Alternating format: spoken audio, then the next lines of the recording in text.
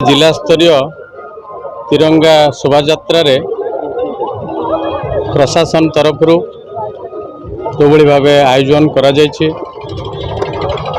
देश मातृकार भाव को नहीं आज आम जिला स्तर रे तिरंगा शोभा खूब आडंबर सहित आयोजन करा जायछि। एथिरे बहुत परिमाण रे जनसाधारण जोग दैछन्ति। देश पाई एक सुंदर पदक्षेप हर घर तिरंगा जो भली भावे माननीय प्रधानमंत्री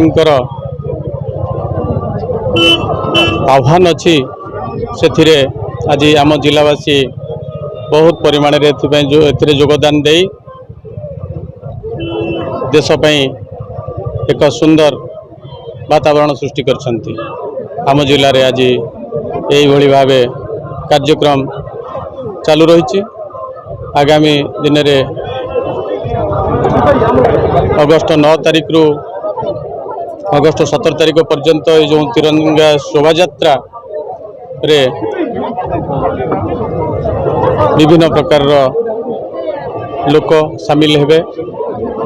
माननीय मुख्यमंत्री जो भली भावे आह्वान प्रत्येक जिला स्तरीय तिरंगा शोभा यात्रा आयोजन करा जायछि। आज प्रशासन तरफ आम जिले में सुंदर भाव में आयोजन को साफल्य मंडित करछन्ति आम जिलार कार्यकर्ता बंधु माने।